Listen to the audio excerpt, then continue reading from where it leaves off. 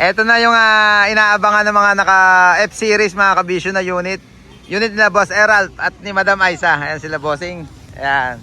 From Candaba, Pampanga mga kabisyo. Pero ang pwesto nila, Balintawak. Pakita ko na sa inyo yung mga naging project. Familiar naman kayo Chuck dyan sa mga forfeit, crossbar, bull bar, tag lamp mga kabisyo, 5 piraso. Pinapasabay na rin ni Bossing Erald sa busina. Pag bumusina yung forfeit, i-load din niya nga 5 na yan.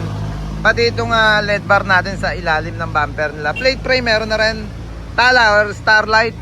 Syempre sticker meron na yan sa windshield. Sticker dito sa may door glass nila. Hub cover harapan.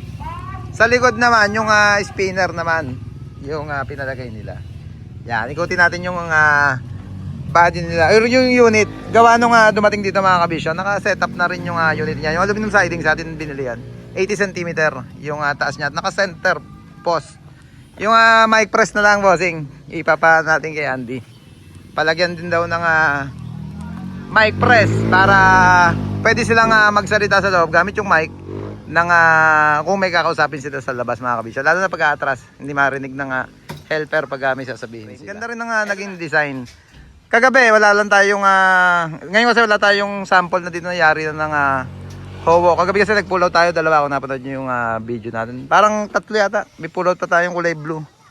Ibinidyo ko last time nung track wash. At sabi ko nga, ceiling na lang pala to. Kasi si Renzo. Ceiling at yung mic press. Saan pa yung dadagdag? Ceiling, mic press. Pre. Ay, yung sticker boss sa kampana sa loob. Ay, sticker pa rin na to. Saan nilalagay natin?